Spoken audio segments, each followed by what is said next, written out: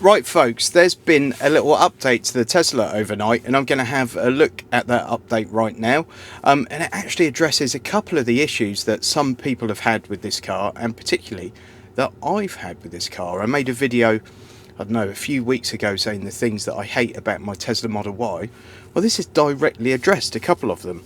I can only imagine that the good people at Tesla are definitely not Guru subscribers. That's the only way this could have possibly happened. So the car's had several updates in the short time that I've owned it, and it's really one of the strengths of Tesla compared to some of the competition is they do continuously keep updating not only the functionality of the infotainment system, for example, but the functionality and usability of the car. And this update is quite a decent one. So we're going to have a look at things now. So it's got a park assist upgrade. Tesla Vision Park Assist now displays a high-fidelity 3D representation of the world around your vehicle, including the proximity and shape of nearby objects, barriers, vehicles, and painted road markings. I don't know if you know, but this Model Y doesn't have like parking sensors rear and back. You wouldn't really know because it seems to sense everything and you get a display, but that's just sort of gone up a level now. Let's try and... Here we go. So it's kind of doing a weird representation of a top-down 3D thing, which is one of the things I said was a bit naff with it, the fact that it didn't have top-down view cameras. It's not as good as a 360 panoramic camera, but it's better than nothing, I would say, in my opinion anyway. It hasn't taken anything away from what it offered before, it's just added to it. So that can never be a bad thing, really, can it? Apple Podcasts. So I like Apple Podcasts, all right? I use the Apple Podcasts app all the time. When I'm on a long drive, I don't tend to listen to much music because I'm well into music and it alters the way I drive. If I'm listening to some, you know, raging thrash metal from the 90s, I'm going to drive faster than I am if I'm listening to some chilled out country music or blues or something. So I usually listen to podcasts, and the fact that I still had to do podcasts via Bluetooth in this car because there's no Apple CarPlay seemed like a backward step for what is a very tech-laden car from a very tech-focused company. So it's great that they've now included this. I haven't used it yet, so we're going to try and set it up now. So where I've got my Apple Music and you've got Bluetooth, radio, etc., the little sort of media playlist section, there's now an option for Apple Podcasts. I'll go into that. It's going to ask me to log into my Apple account. It gives me a QR code on the screen, and it's used Face ID to log me in. And then it's got an access request from the Tesla. I'll click allow. Job done. Anyway, we're here now. So I've got all my podcasts there. It will actually pick up where I've left off. So if I've been listening to something on my phone, I come into the car and pick up a podcast. I'm not going to have to find where I was in the podcast. It's going to know that. Likewise, if I'm listening to one in the car and then I then want to pick it up on my phone, it will all be seamless. Very, very clever stuff. Really well done. Look at that. It's the charging status podcast for November. That's my one that I do with Alex Lowe. Go and check it out if you haven't already. Then a couple of silly little things. There's a new game on there. There's some updates to the rest of the Tesla arcade stuff. You can now use PS5, PS4, Xbox controllers, etc. Custom lock sounds. Again, a stupid thing. But when you walk away from the car and it locks itself, it does a tiny little doot of the hooter. Not really too obtrusive or anything. You can now change that to things like a round of applause, a screaming goat, or a random fart. So I'll probably leave that one alone for now. Speed cameras, right, this is the other thing. As much as I try and stay within the speed limits when I'm driving, if you're in an unfamiliar area, it's very easy to get caught out by a speed camera. And I was always a bit confused as to why the Tesla system didn't have any kind of speed camera alerts. I sort of guessed it's because, you know, you're not allowed to have them in Europe or in most of Europe. Maybe they thought we just won't have them at all. And of course, you couldn't use Waze or anything else that would give you speed camera alerts because you don't have Apple CarPlay. Or you could have done it sort of the old-fashioned way, which again seems backwards in a car that's so tech-laden.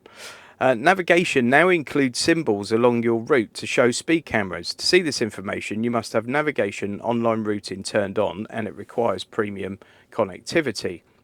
So let's check that I've got that turned on. I think I have. Online routing, I have. I haven't driven anywhere with this on yet, but from just having a poke around on here, it doesn't seem to include speed cameras when you're not actually navigating. So if you don't put a planned route in, I don't think they're going to show up. But I could be wrong on that. But again, it's a positive step. It's something we didn't have before that we now have. Alternative routes while driving. So see alternative routes in navigation and switch routes even after you've started driving. That's really good because obviously the thing will actively change the route for you if there's a better route. But if you think, oh, I don't want to go that way, I don't like that road or whatever else, you can choose to go a different route, and it's all quite simple now. So that's very good. More cameras in live view. When you view your vehicle surroundings from the Tesla app, you'll now have access to the left and right pillar cameras, and you now have alerts on the blind spot cameras. So not only will it show you your blind spot when you stick the indicator on, if there's something in your periphery, coming up behind you in the blind spot, a vehicle or something, it will actually shade one side of it red just to alert you to the fact that there's something there. Because the blind spot camera on this, although it does the job perfectly well, I don't find it catches your eye like it does in something like a Hyundai group car, Kia, Genesis, anything like that. It really catches your eye in those because it replaces the dials. Obviously, we don't have dials here, and the camera, the actual video from those blind spot cameras is a bit further down on the screen, so it never particularly catches my eye. If it's got a big red bar on it, it probably will. Some changes to the light show. I won't go into that because it's a load of nonsense in it. Autopilot suspension for maximum safety and accountability. So basically it means if you use an autopilot and you take your hands off the wheel, you can do that 5 times and then it will switch it off. And check this out, they won't give you it back for a week. Naughty. Wow, I'd be pretty fed up if I paid $6 for that and they decided to turn it off because they didn't like the way I was driving, but all in the name of safety, I suppose. And then loads of other sort of minor sort of quality of life and tiny performance improvements, some improvements with the way you can find the owner's manual on here and all that kind of stuff. But really great, really useful, comprehensive little update from Tesla. And as I said, they do it all the time. I mean, since I've had the car, I've probably had 3 or 4 of these. Quite often they're very insignificant. Sometimes you read the release notes and you think it's all kind of behind the scenes stuff. It will say like minor bug fixes or something. But this one is quite significant. And to me is a real sign that they're listening to the people that are using the cars. And what more could you ask for, really? The premium connectivity thing, where you can get the Apple Music and the Apple Podcast, you pay a tenner a month for that. It also means you get cheaper supercharging with that tenner a month. And tenner a month seems expensive for something that only gives you access to other apps. Like if it gave you Apple Music subscription as well, it'd be great. But it doesn't. It just gives you access to your Apple Music app. But it does a whole host of other things like, the online sort of navigation and all that kind of stuff.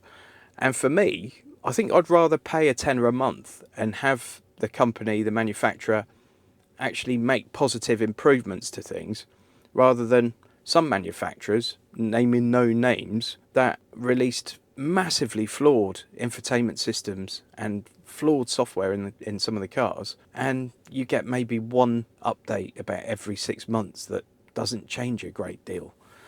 So I think paying a tenner a month, if that keeps them motivated to keep improving what they're offering you, I don't know, maybe it's a small price to pay. I'm desperate for this not to become an electric car channel or just a Tesla channel, but obviously I've got this Tesla and it seems daft not to be making content with it.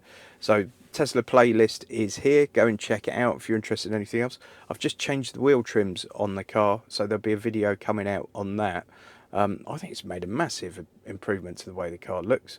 We'll have to wait and see if they're as efficient as the old Tesla wheel trims or not, because that's quite a big thing. I don't know if you know, but all these Teslas have alloy wheels underneath the plastic wheel trims. The plastic wheel trims are there just to improve the aerodynamism of the car and therefore give you a bit more range. So I'll be keeping my eye on that to see if they have either a positive or negative effect on the range over the traditional the original Tesla ones. I feel like they'll have a slightly negative impact because they're a bit more open than the Tesla ones, but we'll wait and see. But they look the absolute nuts, I think.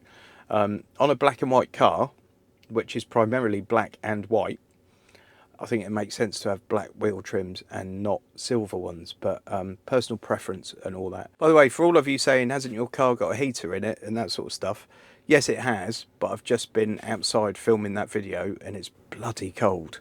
So I just haven't taken my foul weather gear off. And for those of you that ask why I always wear a hat, I've got alopecia. I use them as wigs. I'm absolutely rambling at this point. I'll catch you on the next one. Don't forget to subscribe. Don't forget to like this video and please leave a comment. I'll see you on the next one.